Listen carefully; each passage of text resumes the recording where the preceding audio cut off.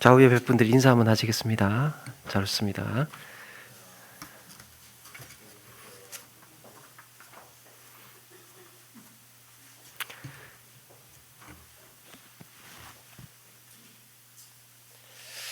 네, 창조 세계에 있어서 누구도 거스를 수 없는 큰 변화의 순간이 있습니다.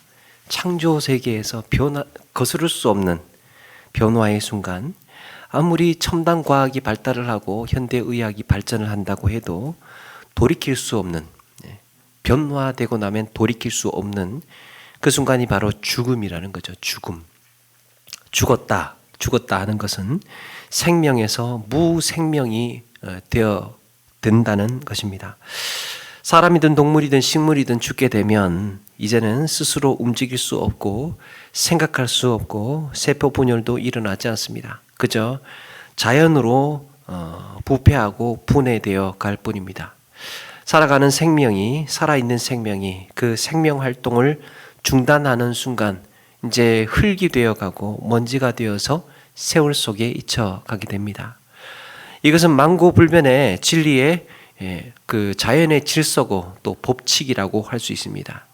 삶과 죽음, 이 우리 창조 세계에서 일어날 수 있는 가장 큰 변화, 가장 큰 뒤집어지는 현상이죠. 그런데 오늘 말씀에 예수님은 그런 창조 질서 또 자연의 법칙을 거기에 매이지 않고 살아나셨다는 거죠.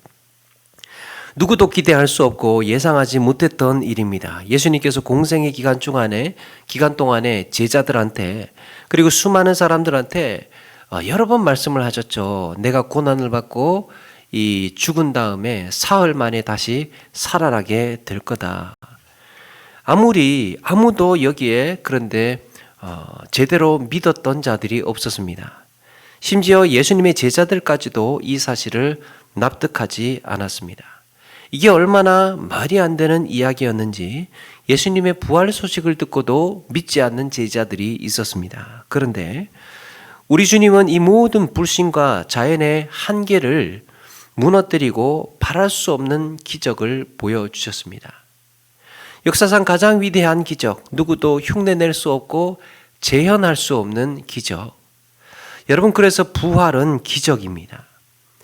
오래전에 한경직 목사님이 그 따뜻하고 자상한 표정으로 특유의 미소로 그럼에도 또 단호한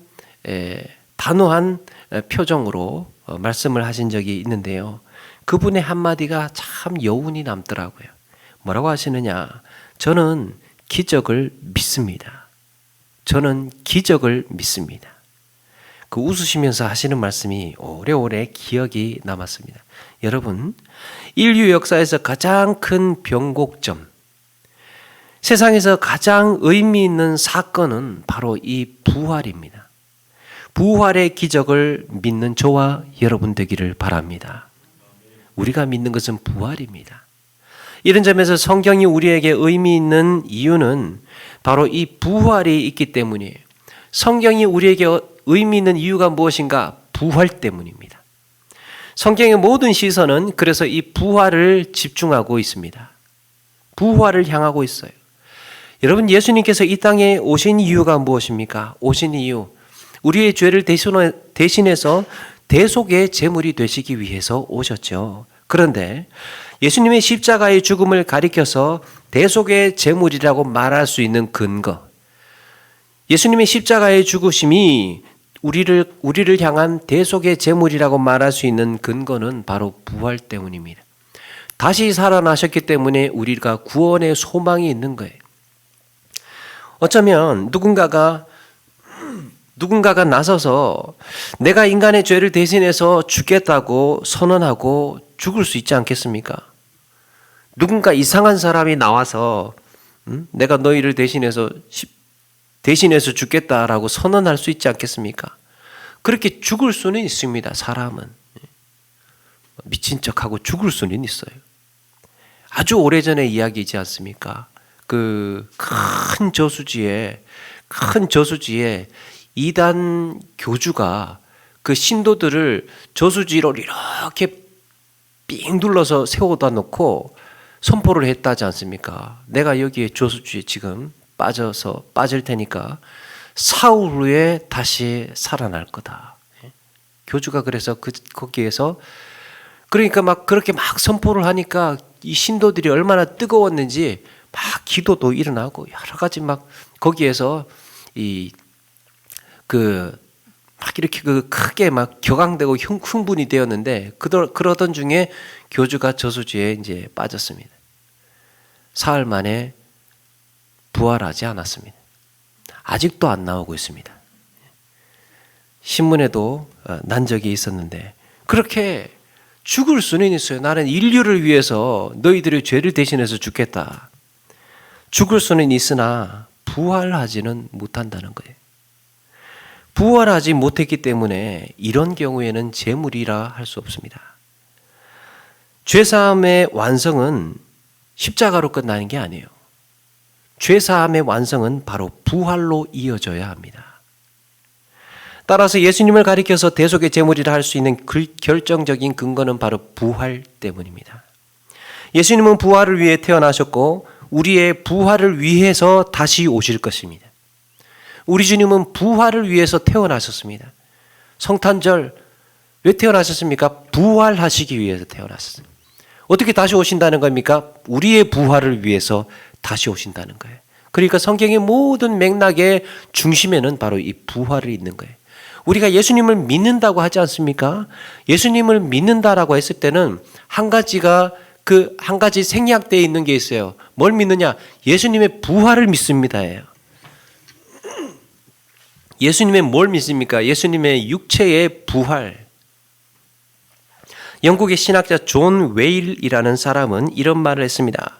인간의 최후 목표는 죽음이 아니라 부활이다. 우리 인생의 목표는 죽는 게 아니라는 겁니다. 우리 인생의 목적지, 믿지 않는 자들의 목적지는 무엇입니까? 죽고 끝나는 거예요. 죽고 끝나는 거. 죽음 그 이후로는 그냥 나름대로의 상상에 맡겨라 이렇게 끝나는 거죠. 그런데 우리 믿는 자들은 무엇입니까? 우리의 목적은요, 죽음은 하나의 과정입니다. 우리의 생애, 우리가 살아가는 삶의 과정. 마지막이 무엇이 있습니까? 목적이 무엇입니까? 부활 이후의 영원한 삶, 하나님을 향한 영원한 기쁨과 만족과 행복, 그리고 하나님을 향한 영원한 찬양. 부활 이후에는 우리에게 영원한 기쁨과 찬양이 기다리고 있습니다. 그래서 궁극적인 목적이 바로 이 부활. 그래서 웨일은 이렇게 계속해서 이야기합니다. 복음서와 서신들이 부활을 설명하는 것이 아니라 부활이 복음서와 서신들을 설명한다. 부활이 있어야 복음서가 설명이 된다는 겁니다. 부활이 있어야 서신서가 의미가 있다는 거예요. 부활이 없는 복음, 부활이 없는 성경은 생각할 수가 없습니다. 여러분, 부활이 성경을 설명한다는, 부활이 성경을 설명해주고 있다는 이 신학자의 말을 우리는 귀담아 들어야 됩니다. 그렇다면 부활이 우리의 생애도 설명해 주지 않겠습니까? 부활이 우리의 생을 의미 있게 해주는 거예요. 우리의 생애가 의미 있게 해주는 겁니다. 우리는 무엇을 위하여 살아야 하는가? 우리는 무엇을 바라보면서 달려가야 하는가? 우리의 인생의 가치와 의미는 무엇인가? 부활이 설명해 준다는 겁니다. 부활이. 그래서 그 내용을 같이 한번 나누려고 합니다. 먼저 무슨 일이 있었습니까? 무덤에 큰 돌로 굳게 닫혀 있었습니다. 오늘 말씀 보니까 큰 돌로 굳게 닫혀 있습니다. 마가복음에는 이걸 강조해 줍니다. 그 돌이 얼마나 큰지 심히 크더라. 한두 사람이 그저 바짝 들어가지고 굴리거나 밀어 놓을 수 있는 정도의 크기가 아니고 심히 크더라. 누가 이렇게 닫아 놓았습니까? 마태복음 27장에 보니까 이거 그 27장 마지막에 대제사장들과 바리새인들이요, 빌라도에게 이런 이야기를 하는 거예요. 주여, 저 속이던 자가 살아 있을 때 내가 사흘 후에 다시 살아나리라 한 것을 우리가 기억하노니, 예수님이 이렇게 다니면서 내가 죽고 사흘 만에 다시 살아나리라 이 바리새인들과 대제사장들도 알 정도로 예수님은 여러 번 말씀하고 다니셨던 것 같습니다. 그래서 어떻게 하라는 겁니까? 그 무덤을 사흘까지 굳게 지키게 해달라 빌라도에게 부탁하고 있습니다. 물론 이들도 예수님이 부활을 하실 것을 기대하지는 않았습니다. 그런데 한 가지 마음에 걸리는 게 있었죠. 야, 이거 예수가 살았을 때 저렇게 이야기를 하고 다녔는데 만약에 제자들이 이 무덤에 와가지고 시체를 도둑질 해가면 어떡하나. 그러면서 이제 사람들한테 봐라, 예수님이 죽은 자 가운데서 사흘 만에 부활하지 않았느냐, 이렇게 떠들고 다니면 어떻게 하겠느냐는 거예요. 그렇게 되면 십자가 처형한 것이 오히려 화근이 돼가지고 십자가를 처형시켜 놓은 것이 그게 더 역풍을 맞아서 사람들이 더 크게 동요할 것 아니냐, 그 걱정을 하고 있는 겁니다. 빌라도가 여기에 호응을 해주지 않습니다. 빌라도가 이렇게 말합니다. 너희에게 경비병이 있으니 가서 힘대로 굳게 지키라. 힘대로. 하여튼 너희들이 할 수 있는 대로 수단과 방법을 다 동원해서 단단히 그 무덤을 봉쇄하고 너희들이 할 수 있는 대로 다 해라. 최선을 다해봐라.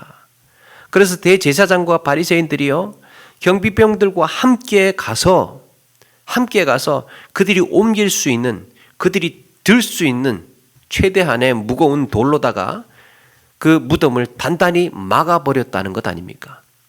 그리고 경비를 세웠습니다. 자, 이제 그들에게 있어서 3일은 굉장히 중요한 시간이 되었습니다. 사흘 동안 도둑 맞으면 안 되는 거잖아요. 이렇게 확실하게 사흘 동안만 지키면 이 예수님의 예언도 어긋나게 되는 것이고 깔끔하게 다 처리가 되게 되었습니다. 그런데 이 사흘째 되던 새벽 미명에 놀라운 일이 벌어지게 되죠. 큰 지진이 일어납니다. 땅이 흔들리고 지진이 일어납니다. 예수님께서 십자가에서 못 박혀 죽으실 때에 그때처럼 지진이 일어나는 거예요. 하나님의 임재, 사인이 일어나고 있었던 거죠. 하늘에서 천사가 내려옵니다. 그 형상이 번개와 같고 그랬습니다. 군인들이 보니까 아직 날이 새기 전인데 저 눈부신 형상이 내려오는데 그 어두운 상황에서도 얼마나 눈이 부셨는지 번개라고 표현을 할 수밖에 없었습니다. 큰 빗줄기, 큰 불빛이 그렇게 내려오더라는 거예요. 가만히 보니까 그가 입은 옷이 눈 같은 흰 옷을 입었다 그랬습니다. 이 천사가 뭐라 하고 있습니까? 하늘로부터 내려와서 그 큰 돌을 굴려내고 있습니다. 천사는 지금 예수님의 부활의 시중을 들고 있는 거예요. 천사가 지금 내려와서 이제 예수님이 부활하시니까 문을 열어드리고 있는 겁니다.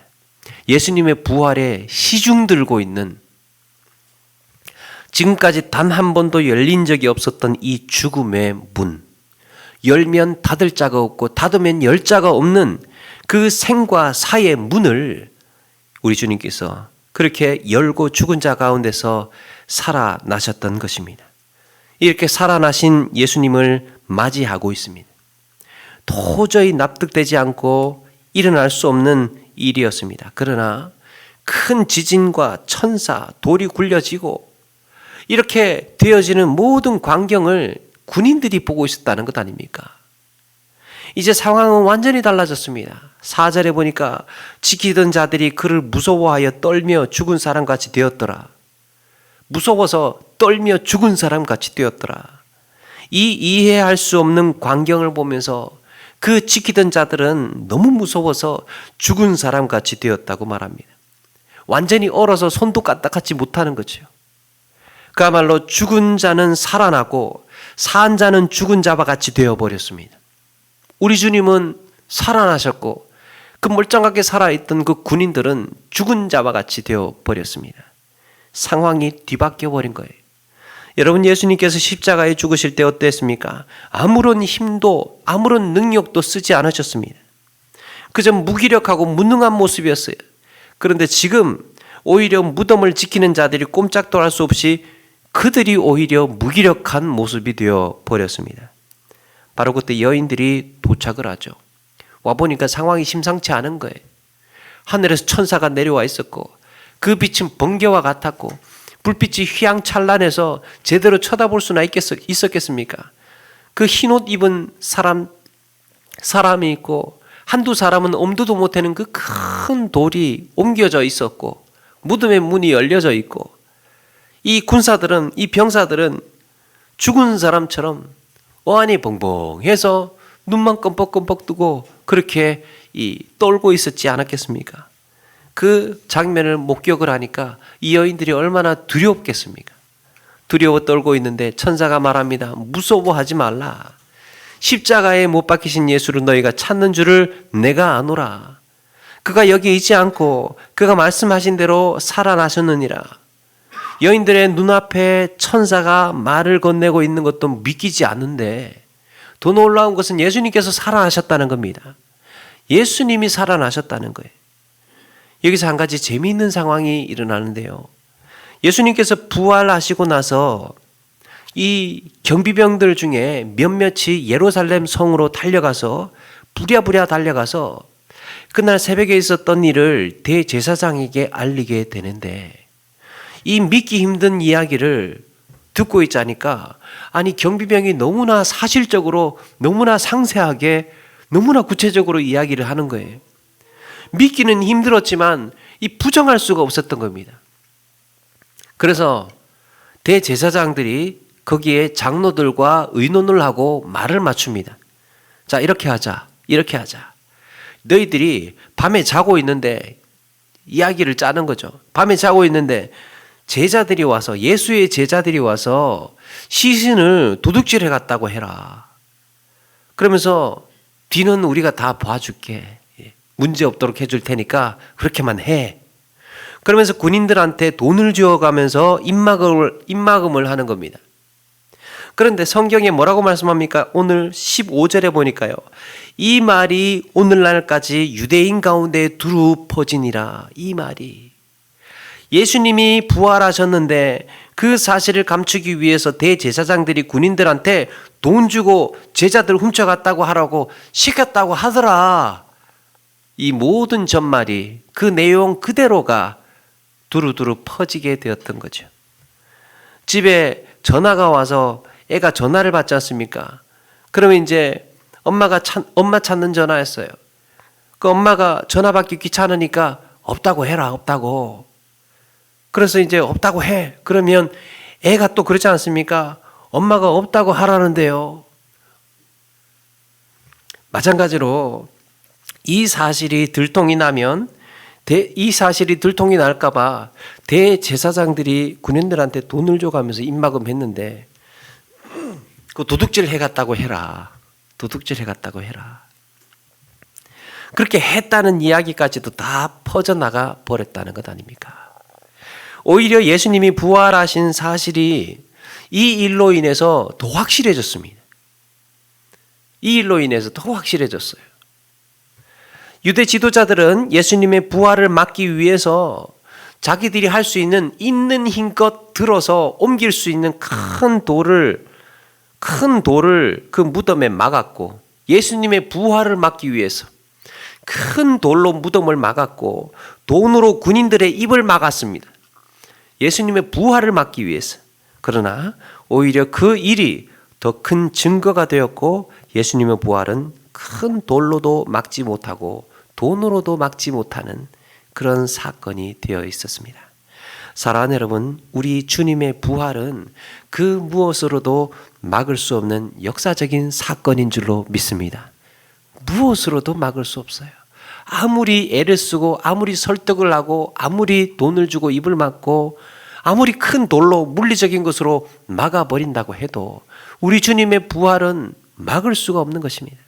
그런데 오늘 말씀에서 한 가지 특징을 발견하게 됩니다. 오늘 말씀에서 한 가지 특징이 나타나는데 예수님께서 부활하시는 이 과정을 지켜보고 있는 성경 기자, 이 성경 기자가 주목하는 것이 있습니다. 예수님께서 부활하신 순간부터 자이든 타이든 간에 어떤 일이 벌어지고 있느냐, 부활의 증인들이 생산되고 있습니다. 부활의 증인들이 파송되고 있는 거예요. 예수님의 부활의 이 사건과 동일한 시점에 부활의 증인들이 등장하고 있습니다.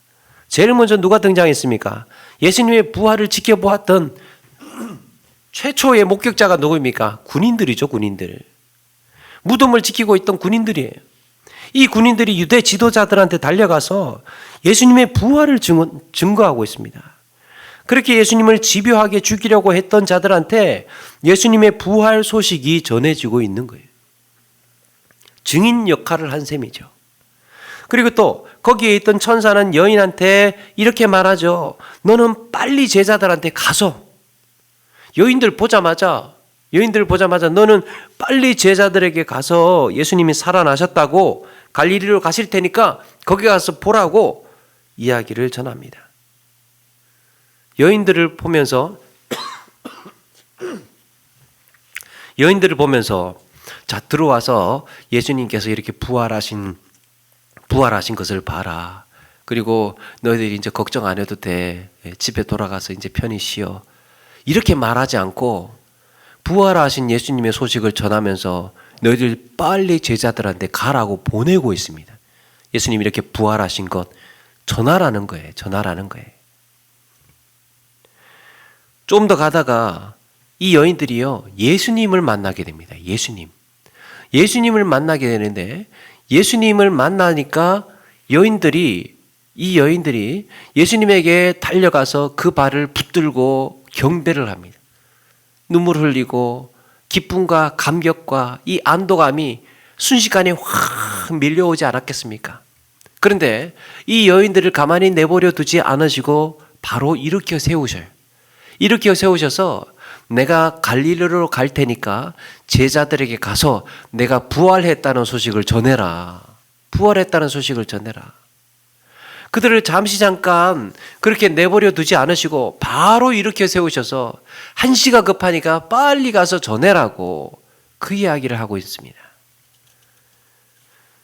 여인들은 말할 수 없는 놀라움과 이 주님을 다시 만나게 되어서 가슴이 벅차 있는데 예수님은 그들을 붙들어 일으켜 세우셔서 부활의 증인으로 세우고 있습니다. 여기서 여러분, 부활의 증인이라는 말은 예수 그리스도의 부활을 이제야 제대로 비로소 믿는 자들을 말합니다. 예수님의 부활을 지금까지 제대로 믿었던 자들이 아무도 없었습니다. 제자들조차도 믿지 못했지요. 그런데 예수님의 부활을 눈으로 목도하고 보니까, 실제로 눈으로 목도하고 보니까 이제 진짜 예수님의 부활을 믿는 자들이 되었습니다. 도마는 믿지 못했죠. 예수님의 제자 도마가 예수님의 부활을 믿지 못했지 않습니까? 그런데 나 보기 전에는 예수님 못 믿어. 예수님이 찾아오셔서 손에 못자국 만져보라고, 옆구리에 손을 집어넣어 보라고 하셔서 실제로 육체로 부활하신 예수님을 보고 나니까 도마가 어떻게 바뀌었습니까? 예수님의 부활을 믿고 증언하는 예수님의 증인으로 달라져 버렸습니다. 여러분, 부활하신 예수님이 바로 승천하시지 않고 40일 동안 제자들과 함께 계셨죠. 예수님은 부활하신 이후에 바로 승천하시지 않고 제자들하고 같이 있었습니다. 그런데 그 이유가 무엇인지 아십니까? 바로 부활의 증인 만드시기 위해서였습니다. 사도행전 1장 3절에 이렇게 말씀합니다. 그가 고난받으신 후에 또한 그들에게 확실한 많은 증거로 친히 살아계심을 나타내사, 그가 친히 살아계심을 나타내사 40일 동안 그들에게 보이시며 하나님 나라의 일을 말씀하시니라. 다시 살아나셨다는 것을 나타내시면서 40일 동안 계셨다는 겁니다. 증인 만들고 계셨던 겁니다. 그리고 이어지는 사도행전 1장 8절, 이어지는 말씀에 우리가 너무도 잘 알고 있는 표현이죠. 땅끝까지 이르러 내 증인이 되리라. 예수님의 증인이 되라는 겁니다. 증인. 이제 너희의 정체성은 나 따라다니는 제자가 아니고, 물론 제자지요. 그러나 너희들의 정체성은 증인이라는 거예요. 증인.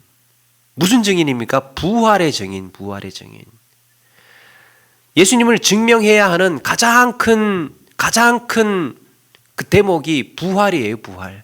예수님을 증명해야 하는, 전체적인 예수님께서 나셨고 예수님께서 역사적으로 이 땅에 오셨고 예수님께서 이 오병이어의 기적을 일으키셨고 여러 가지 일에 있어서 증인이라고 말할 수 있지만 그중에서 가장 핵심적인 것 그게 바로 부활이라는 겁니다. 우리가 증인이라고 했을 때 연속적으로 이 생각해야 하는 것은 부활이에요. 부활. 우리는 예수님의 증인입니다. 무슨 증인? 예수님이 부활하셨다는 증인입니다. 예수님이 승천하신 이후에 베드로가 가장 먼저 한 일이 있어요. 예수님이 승천 이후에 베드로가 가장 먼저 한 일은 12 제자 중에 공석이 된 제자 한 사람, 가룟 유다를 대신해서 제자 하나를 이제 제비 뽑아서 세워야 하는데 베드로가 자 이제 우리 제비 뽑아서 공석이 된 제자 하나를 더 뽑아야 된다 이렇게 말하지 않았습니다. 뭐라고 말했느냐? 우리와 더불어 예수께서 부활하심을 증언할 사람이 되게 하여야 하리라. 증인 하나 더 필요하다. 증인 하나. 우리와 같이 있었던 사람들 중에 예수님의 부활하심을 증언할 증인 하나 더 필요하다. 우리 12명, 지금 11명밖에 없는데 한 사람 더 필요하다라고 뽑은 거예요. 증인 하나 뽑은 겁니다. 예수님의 부활을 증언할 한 사람을 더 뽑는다고 그랬습니다. 그러니까 12 제자에게 주어진 위대한 사명은 예수님의 부활을 증거하는 증인의 사명이었던 것입니다. 우리가 예수님의 제자라고 한다면 이제 우리의 사명, 우리의 존재 의미, 우리는 이 땅에 왜 존재해서 있느냐, 남아 있느냐 라고 했을 때 예수님의 부활을 증언하는 증인들이라는 겁니다. 증인들. 매우 중요하고 매우 중요하고 위대한 의미, 우리가 이 땅에 남아있는 이유, 바로 예수님의 부활의 증인이기 때문에 남아있는 거예요. 사도 바울 역시 이 사실을 기록하고 있습니다. 사도 바울도 고린도전서 15장이에요. 고린도전서 15장에 부활의 말씀을 하고 있지 않습니까? 거기에 4절에 장사 지낸 바 되었다가 성경대로 사흘 만에 다시 살아나사, 부활 말씀하고 있죠.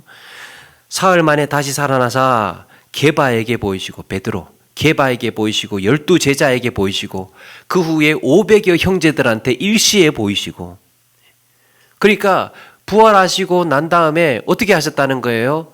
부활의 증인들을 부르시는데 베드로한테, 12 제자들한테, 500의 형제들한테 예수님의 부활을 하심을 보이셨다는 거예요. 그 후에 야고보에게도 보이시고 또 누구에게 보였습니까? 그 후에 모든 사도들한테 보이시고 맨 나중에 만삭되지 못하여 난 자 같은 나한테도 보이셨다. 예수님께서 이 만삭되지 못한, 그러니까 자격이 부족한 나한테도 예수님께서 부활의 증인으로 세우시도록 나한테도 찾아오셨다는 거예요. 이 얼마나 감사한 일이냐 말하고 있는 겁니다. 나한테는 안 보이셔도 내가 예수님 어쩌면 믿었을지 모를 텐데 나한테도 이렇게 찾아오셔가지고 부활의 증인 만들어 놓으셨다는 거예요. 자기가 맨 마지막에 예수님의 부활 증인되었다고 고백합니다. 이 자격 없고 못난 나에게까지 찾아오셔서, 부활하신 주님께서 찾아오셔서 영광스러운 증인으로 살게 하셨다고 말씀합니다. 사랑하는 여러분, 우리의 삶의 형편과 처지가 어떠하든지 간에 우리의 힘이 있고 없고의 문제가 아니고, 우리가 가난하거나 부하거나 하는 문제가 아니고, 우리의 삶이 여건들이 하느냐의 문제가 아니고, 우리에게 중요한 존재의 의미는 내가 부활의 증인으로 지금 이 땅에 숨쉬고 살고 있다는 것입니다. 우리에게 큰 자부심과 큰 자랑과 큰 은혜와 감사가 아닐 수 없습니다. 우리는 부활의 증인이라는 거예요. 하늘의 재판정이 열렸을 때 여러분, 우리가 그 증인석에 앉아 있다면 얼마나 자부심이 있습니까? 주님의 부활하심을 증언할 사람, 내가 증인입니다. 나도 증인입니다. 나도 그 증인의 자리에 서겠습니다. 여러분, 이게 얼마나 영광스러운 것인지 모릅니다. 우리의 존재의 의미, 살아가는 이유가 바로 부활의 증인이라는 것. 사랑하는 여러분, 우리는 여기서 우리 인생의 가장 귀한 의미 한 가지를 발견할 수 있습니다. 바로 예수 그리스도를 믿는 자가 부활을 믿는다는 것이죠. 이 부활을 믿는 자가 바로 부활의 증인이라는 겁니다. 여러분, 우리가 이 증인이라고 했을 때 또 하나는 법정을 생각을 하기가 쉽습니다. 부활의 증인이라면 그 재판과 관련이 있는, 법정과 관련이 있는 문제겠구나 라고 생각을 해서 이렇게 생각을 하기가 쉬워요. 누가 나한테 당신 예수 믿어? 라고 이렇게 묻는다면 나 예수 믿습니다. 이렇게 고백하는 것을 증인이라고 생각을 합니다. 물론 그것도 증언이라고 할 수 있으나 이렇게 나는 예수 믿는 사람입니다. 자기소개하라고 증인으로 세우신 게 아닙니다. 자기소개하라고 나 예수 믿는 사람이에요. 이렇게 자기소개하라고 증인으로 세우신 게 아니라 주님께서는 이렇게 말씀하고 있는 겁니다. 네가 예수 그리스도의 부활을 믿느냐? 부활을 믿느냐? 네가 증인이냐? 그러면 어떻게 하라는 겁니까? 지체하지 말고 그 부활의 소식을 증거하라. 네가 증인이냐? 그러면 증거하라. 네가 부활을 보았느냐? 그러면 바로 떠나라는 거예요. 내가 지금 부활의 사실을, 이 지금 현장을 네가 목격했느냐? 그러면 바로 떠나라. 그리고 네가 부활을 믿느냐? 그러면 증거해라. 그게 같이 동시다발적으로 동일하게 동시적으로 일어나는 것입니다. 부활을 믿는다면 증인으로 살아가라라는 겁니다. 지체하지 말고 이 부활을 증거하라. 증거의 사명을 주셨습니다. 예수 그리스도의 부활을 믿는 자가 영원한 생명을 얻는다면 그 부활을 증거하는 사명도 가졌다는 것입니다. 사도 바울이 나중에 앞에 있는 것을 잡으려고 표대를 향하여 달려간다고 그랬죠. 표대를 향하여. 사도 바울이 생각하고 있는, 마음속에 그리고 있는 그 표대란 과연 뭘까? 사도 바울이 그렇게 사모하면서 기대하면서 달려가고 있는 그 부름의 상이 어떤 걸까? 빌립보서 3장 21절에 그가 말합니다. 그가 우리의 낮은 몸을 자기 영광의 몸의 형체와 같이 변하게 하시리라. 우리 이렇게 비천한 몸, 죄로 인해서 죽을 수밖에 없고 썩을 찢을 수밖에 없는 우리의 육신을 어떻게 한다는 거예요? 예수 그리스도의 영광의 몸의 형체와 같이, 예수 그리스도의 부활하신 영광의 몸의 형체와 같이 그렇게 변하게 하시리라. 바울이 그런 와중에 안타까워하고 있었던 것은 이 부활의 순간을 바라지 않고 그저 이 땅의 일을 생각하고 이 땅의 삶에 집착하고 있는 모습을 바라보면서 안타까워하고 있었습니다. 빌립보서 3장의 내용입니다. 그러면서 하는 말이 그러나 우리의 시민권은 하늘에 있느니라. 하늘에 있느니라. 주님께서는 우리를 부활의 증인으로 부르셨는데 그 부름의 상이 무엇이라는 겁니까? 우리를 부활의 증인으로 부르셨는데 그 부르심의 상이 뭐라는 겁니까? 영광의 몸이에요. 예수님과 같은 영광의 몸, 영생하는 영광의 몸. 그는 이 부활의 순간을 고대하면서 그렇게 열심히 달렸던 거예요.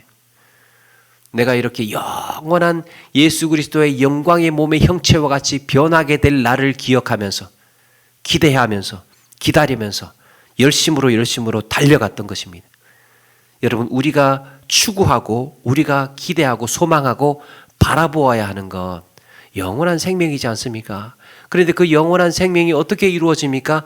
부활하신 예수님의 몸처럼 우리도 그렇게 변화되고 난 다음에 일어나는 일이죠. 그러니까 중요한 목적이 이 그리스도의 영광의 몸의 형체와 같이 변화되는 거예요. 그걸 기대하고 바라보는 사람은, 그걸 믿는 사람은 이 땅의 삶이 어때야 된다는 겁니까? 부활의 증인으로 살아가라는 것입니다. 우리는 무엇을 바라보면서 이 하루하루를 그렇게 치열하게 살아가고 있는 걸까? 과연 영원한 생명, 영원한 삶을 믿고 살아가는 우리의 생애에 가장 의미 있는 최고의 순간이 있다면 그 순간은 언제입니까? 바로 우리의 낮은 몸이 예수 그리스도의 형체와 같이 변화하게 되는 부활의 순간인 줄로 믿습니다. 우리 생애 최고의 순간. 사랑하는 여러분, 우리가 살아가는 모든 삶의 순간순간이 이 부활을 바라보면서 살아가고 있기 때문에 의미 있는 삶인 겁니다. 내가 가끔 그런 생각 들지 않습니까? 참 무기력하게 느껴질 때도 있고, 왜 이렇게 세월을 보내고 있나? 이렇게 시간이 왜 이렇게 아까운가? 나는 누구인가? 나는 뭘 해야 되나? 다른 것 이것저것 생각나지 않더라도 우리는 딱 한 가지 기억해야 할 것이 있습니다. 그게 바로 나는 부활의 증인이다. 예수 그리스도의 부활을 믿는 부활의 증인이다. 이 부활을 믿지 않는 그냥 보통 인문 세계에서는, 부활을 믿지 않는 인문 세계에서는 특별히 인생의 의미를 말해주지 않더라고요. 그냥 단순히 살아있는 것 그 자체가 뭔가 의미를 찾으려고 그러지 마라. 저도 아무리 찾아봐도 발견을 못하겠습니다. 그냥 안 믿는 사람들에게는 뭔가 의미를 찾으려고 하지 말고, 뭔가 해야 할 사명을 구하지 말고, 인간은 이 뭔가 기능이 있고 역할이 있어서 존재하는 게 아니다. 그냥 그저 숨 쉬고 있고 살아 있어서 그게 의미 있는 일이다. 이렇게 이야기를 합니다. 그리고 또 죽으면 끝나는 거고. 그런데 여러분, 우리는 영원한 생명의 몸으로 변화될 그때를 바라보면서 달려가는 사람들입니다. 우리는 부활을 믿고 달려가는 삶이기 때문에 의미가 있습니다. 의미가 있습니다. 살아야 할 목적과 이유가 분명한 거예요. 이 부활의 소망을 붙들고 우리에게 남은 때를 그렇게 귀하고 값지게 살아가시는 저와 여러분 되기를 바랍니다. 말씀을 마칩니다. 우리 생애 최고의 순간이라는 영화가 있습니다. 세상의 온갖 실패와 낙오와 거기에 모였던 그 팀원들은 그 아픔을 겪은 그런 사람들로 모였습니다. 우여곡절 끝에 팀으로 구성이 돼가지고 여자 핸드볼 팀으로 그 올림픽에 출전을 하게 되죠. 그리고 마지막 땀 한 방울까지 아끼지 않고 이 여한 없이 뛰게 됩니다. 결국에는 아쉽게도 이 우승은 하지 못하고 준우승으로 그렇게 2등에 머물렀습니다. 그런데 영화가 우리에게 이야기해 주는 게 있습니다. 이들이 우승하지 못했다고 해서 아쉬워하지 말고 매 순간 하나의 목표를 향해서 최선을 다했기 때문에 박수를 보내자고 말하고 있습니다. 우리의 인생의 성패는 우승을 했느냐, 성공을 했느냐, 명성을 날렸느냐, 권력을 잡았느냐가 중요한 것이 아니고 하나의 목표를 향하여서 최선을 다해서 달렸던 그 자체, 그 순간이 의미 있었다는 거죠. 그러므로 최고의 순간은 최선을 다한 자에게 주어지는 영광입니다. 부활의 영광, 부활의 기쁨을 만끽하기 위해서는 그냥 이 땅에 살면서 아무것도 하지 않고 아무 생각도 하지 않고 아무것도 바라지 않고 기대하지 않고 그냥 그저 한 세상 살고 끝날 것이 아니고 부활을 기대하면서 부활을 바라보면서 부활의 증인으로 최선을 다해서 살아가야 그 부활의 날에 우리에게 변화될 그 부활이 변형 하나님의 영광의 몸의 형체와 같이 변화하게 될 그 순간이 우리에게 의미 있고 영광스러운 순간이 될 것이라는 겁니다. 사랑하는 여러분, 우리의 생애 최고의 순간 그 부활의 때를 기대하면서 기다리면서 우리를 이 땅에 보내신 주님을 다시 만나는 그 순간까지 그렇게 오늘 한날의 삶에 최선을 다해서 부활의 증인으로 살아내시는 저와 여러분 되기를 주의 이름으로 축원합니다. 찬양하겠습니다. 내가 처음 주를 만났을 때 외롭고도 쓸쓸한 모습 우리 찬양하는 가운데 준비한 예물 드리겠습니다. 말없이 홀로 걸어가신 길을 영광을 다 버린 나그네. 청년 그분이 내 형제 구원해. 나의 영혼도 구원하려나. 의심 많은 도마처럼 물었네. 내가 주를 처음 만났나. 아멘. 우리 말씀 기억하면서 잠시 한번 기도하며 나가기를 원합니다. 하나님, 우리의 마음을 들여다보게 해주시고, 정말 우리가 살아가는 존재의 이유와 또 목적이 무엇인지 오늘 이 말씀을 통하여서 예수 그리스도의 부활의 증인으로 하나님 열심으로 그 표대를 향하여서 바라보며 달려가는 우리의 삶이 되기를 원합니다. 이렇게 다짐하고 고백하며 우리 말씀 기억하면서 함께 기도하며 나가겠습니다. 같이 한번 기도하겠습니다.